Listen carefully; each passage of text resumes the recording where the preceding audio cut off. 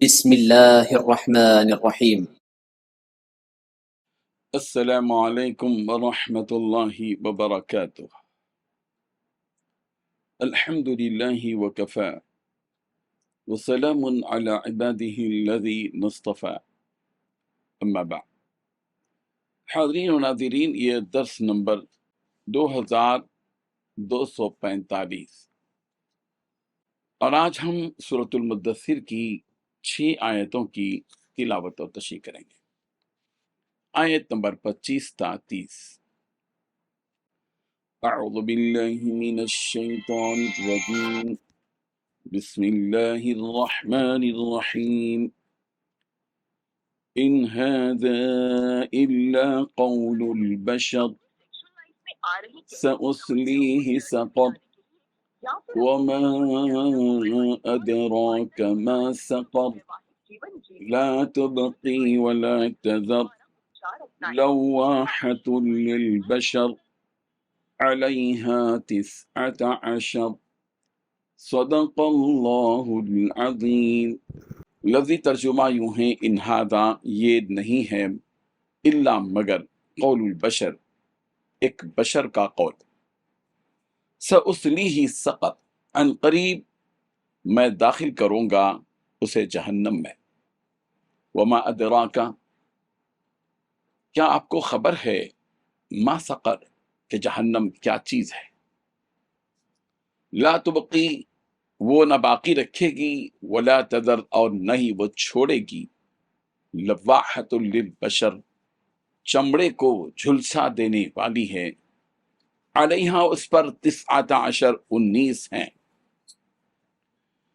ترجمہ یوں ہے، کچھ نہیں، یہ تو ایک انسان کا کلام ہے، ان قریب میں اس شخص کو دوزخ میں جھونک دوں گا، اور تمہیں کیا پتا کہ دوزخ کیا چیز ہے، وہ نہ کسی کو باقی چھوڑے گی، وہ نہ کسی کو باقی رکھے گی اور نہ ہی چھوڑے گی، وہ کھالوں کو جھلس دینے والی چیز ہے، اس پر 19 کارندے مقرر ہوں گے۔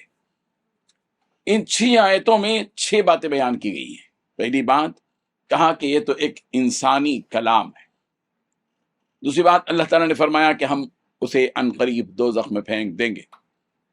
تیسری بات تمہیں معلوم بھی ہے کہ دوزخ کیا چیز ہے۔ چوتھی چیز یہ دوزخ نہ کسی کو باقی رکھے گی اور نہ ہی کسی کو چھوڑے گی۔ پانچویں چیز وہ کھالوں کو جھلسا دینے والی چیز ہے۔ چھٹویں چیز اس دوزخ پر 19 کارندے مقرر ہیں۔ بزرگان محترم، جیسے کہ یہ بات پچھلی آیات میں کہی گئی کہ جو ولید ابن مغیرہ نے کلام الہی کے سلسلے میں بات کہی تھی، چنانچہ ولید نے اپنی بنائی ہوئی باتوں کو کہتے کہتے اس نے قرآن مجید کے بارے میں یہ بھی کہہ دیا تھا کہ یہ جو کلام محمد ہمیں سنا رہے ہیں وہ کلام ربانی نہیں ہے، نعوذ باللہ من ذلک، بلکہ انسان ہی کا کہا ہوا کلام۔ حالانکہ اللہ تبارک و تعالیٰ نے ان کہنے والوں سے بطور چیلنج کے یہ کہہ بھی دیا تھا کہ اگر تم سمجھتے ہو کہ یہ قرآن مجید انسان کا کلام ہے تو تم بھی انسان ہو، اور سب سے بڑے دانشور ہو، تم صاحب علم کہلائے جاتے ہو، شاعر ہو، ادیب ہو، تو پھر تم بھی اس جیسا کلام پیش کر کے دکھاؤ، ان کنتم صادقین، اگر تم سچے ہو۔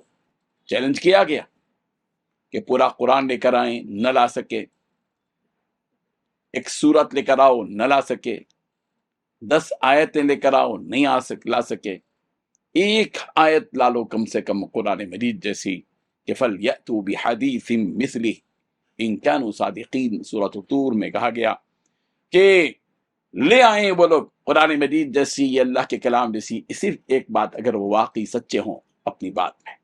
لیکن کسی کے بس میں یہ بات نہیں تھی، نہ ہو سکی۔ ہزاروں برس بیت گئے، سینکڑوں برس بیت گئے، 1500 سال ہو گئے، اللہ کی کتاب جیسی کوئی کتاب، اللہ کے کلام جیسا کوئی کلام، نہ کوئی ایک آیت پیش کر سکا، نہ کوئی ایک سورت، جبکہ اللہ تبارک و تعالیٰ نے خود اس کلام کے بارے میں کہہ دیا کہ اگر ساری کائنات کے انسان اور جنات بھی ایک جگہ جمع ہو کر اس جیسا کلام پیش کرنا چاہیں گے تو نہیں کر پائیں گے۔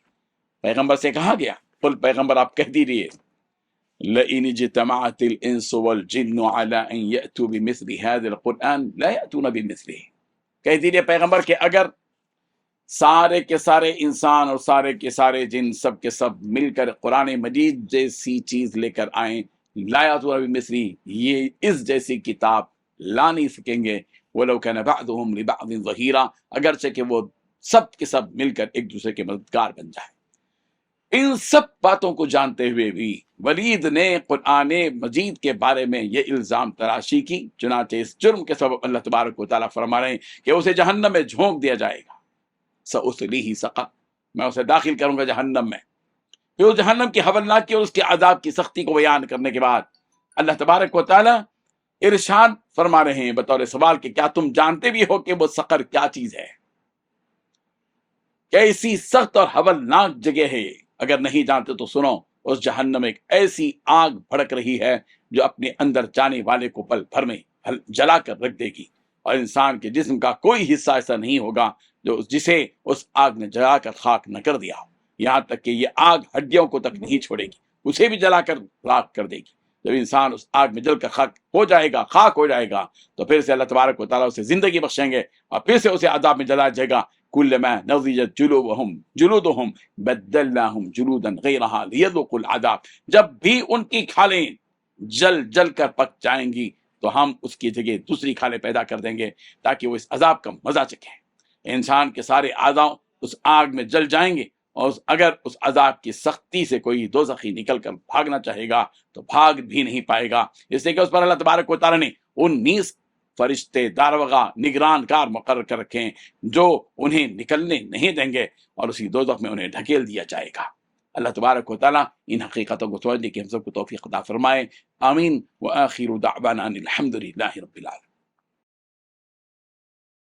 ممبر و محراب فاؤنڈیشن کے ذریعے جس تحریک کا آغاز کیا گیا اور گزشتہ 1 سال سے علماء کرام اور ٹیم کام کر رہی ہے، اس کی تفصیلات آپ کو اس لنک میں ملے گی جو 15 روزہ رپورٹ کے ذریعے آ رہی ہے، آپ ضرور دیکھیے۔ آپ کی اور ہماری اخلاقی ذمہ داری ہے کہ ممبر و محراب فاؤنڈیشن نے اس تحریک سے کیا کچھ کیا ہے اور کیا کرنا چاہتا ہے۔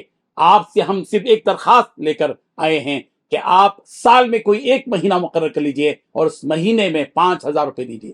صرف سال میں ایک مرتبہ آپ کے 5,000 جو دیے جائیں گے وہ ہماری اس تحریک کو پروان چڑھانے میں یقیناً معاون ثابت ہوں گے۔